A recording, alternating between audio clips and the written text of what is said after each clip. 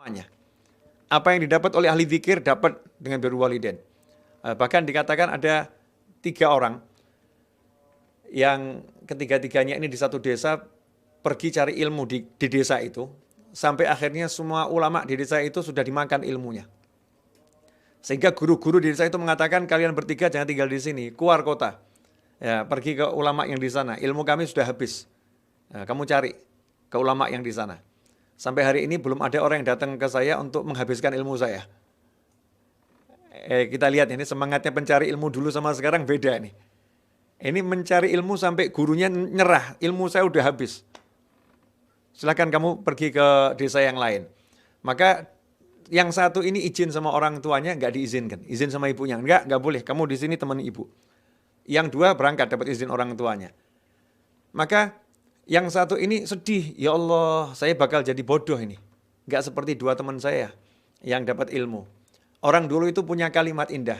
Idza dhaqat 'alaikal umur fa'alika bi ahlil qubur. Kalau kamu ruwet ya, menghadapi ruwet banyak masalah, banyak problem, pergi ke kuburan. Ya, pergi kuburan itu banyak orang-orang soleh di sana. Cari kuburannya orang soleh, kuburannya wali, dan kita husnudzon, maka muslimin insyaallah orang soleh semua.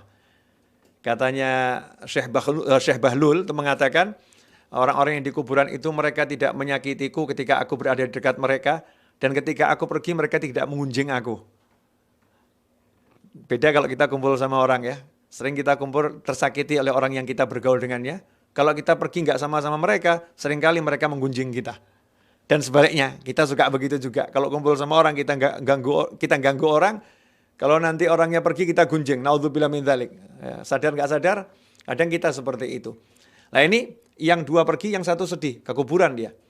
Ya, dia merenung di sana. Dulu kuburan itu tempat perenungan orang soleh. Orang soleh kalau lagi suntuk, merenungnya di kuburan. Tenang di sana. Ya, merenung. Sekarang orang kalau suntuk, merenungnya di mall. Ya, merenungnya di mall, beda. Nah, ini merenungnya di makam.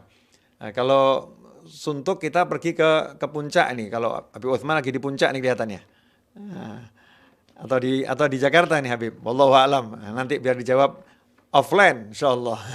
Nah, cari tempat indah, bagus. Cari pegunungan, laut, oke bagus. Tapi kan agak susah, ke puncak butuh waktu, ke laut butuh waktu. Kalau pemakaman kan dekat, banyak pemakaman. Apalagi makamnya orang soleh. Kalau yang di Jakarta itu turah-turah makam orang soleh. Terlampau banyak makamnya wali di Jakarta. Ya, banyak sekali. Nah, berangkatlah dia ke pemakaman, lagi merenung, tiba-tiba didatangin oleh satu orang tua.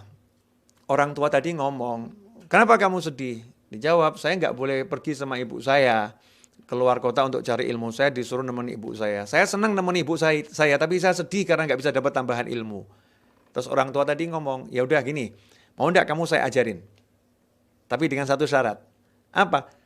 Jangan pernah nanya nama saya. Kalau kamu tanya nama saya, selesai saya ngajarin kamu. Siap. Ya, setiap sore janjian ya ketemuan di sini. Tiap sore ke situ. Subhanallah, selama 3 bulan dia bisa mengalahkan ilmunya ulama-ulama yang belajar tahunan. Maka ketika dia merasa ini ilmu yang didapat luar biasa, maka ia pun nanya, maaf, guru namanya siapa? Kelepasan nih, guru namanya siapa? Maka guru yang ngomong, udah selesai. Saya udah nggak boleh ngajarin kamu lagi. Kan janjinya nggak boleh nanya, nama saya siapa? Yo guru jangan begitu, maafkan. Enggak, selesai. Nah, nama saya adalah hamba Allah Al-Khadir alaihissalam. Ternyata dia diajari langsung sama Nabi Khidir alaihissalam. Terus Nabi Khidir ngomong begini, saya diutus Allah ngajarin kamu karena baktimu sama orang tuamu. Saya diutus Allah ngajarin kamu karena baktimu sama orang tuamu. Ikhwani rahimakumullah. Birrul walidain ini betul-betul nyambung ke Allah tuh cepat gitu loh ya. Nyambungnya ke Allah luar biasa. Kita lihat Sayyidina Uwais Al-Qarani radhiyallahu anhu. Uwais Al-Qarani itu afdhalut tabi'in. Tabi'in yang paling afdhal, yang paling utama. Uwais Al-Qarani ini kan pergi ke Madinah pengen ketemu Nabi Muhammad SAW. Rasulullah ada di Madinah, tapi Rasul lagi keluar rumah.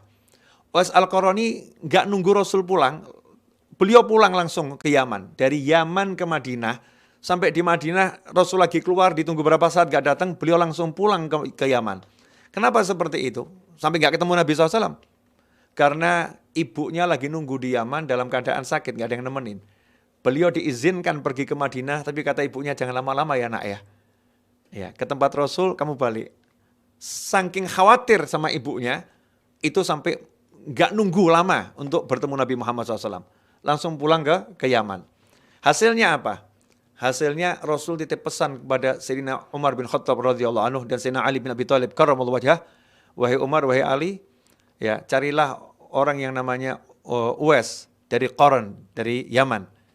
Di tubuhnya itu di belakang ada tanda bekas sakit. Kalian berdua cari ya, ketemu beliau, sampaikan salamku untuknya. Sampaikan salamku untuknya. Dan kalian berdua mintalah agar beliau berdoa untuk mintakan ampun buat kalian berdua. Masya Allah. Sayyidina Ali, Sayyidina Umar ini pangkatnya lebih dari Uwais Al-Qarani. Pangkatnya lebih tinggi. Tetapi Rasul mengajarkan agar kita ini mau minta doa pada orang lain yang punya pangkat di sisi Allah Subhanahu wa Ta'ala. Meskipun pangkat kita lebih tinggi. Bahkan Rasul mensuruh nyari. Sayyidina Umar pun cari itu, tiap tahun dicari. Ya, di akhir pemerintahannya, di akhir usianya, Sayyidina Umar pun menemukan Uwais Al-Qarani dan akhirnya minta doa. Ini kisah yang panjang. Birrul walidain. Bakti sama orang tua. Jadi tidak ada pangkat yang lebih tinggi, amalan yang lebih menyelamatkan dibakti sama orang tua. Nah sekarang gimana caranya tiap hari? Simple. Ini kalau para habaib, ya para habaib itu diajarkan yang sederhana. Tiap pagi ya, usaha cium tangan orang tua.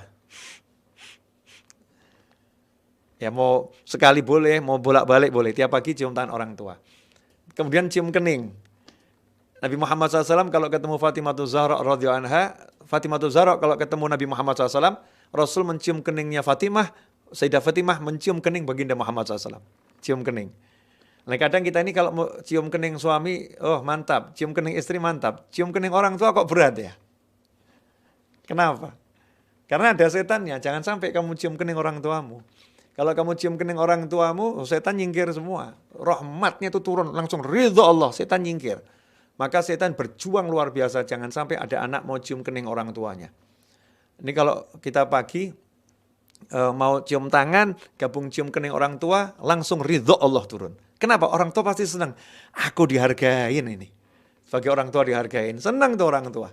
Senangnya orang tua itu nurunkan rahmat, ya, rezeki, barokah dan luar biasa.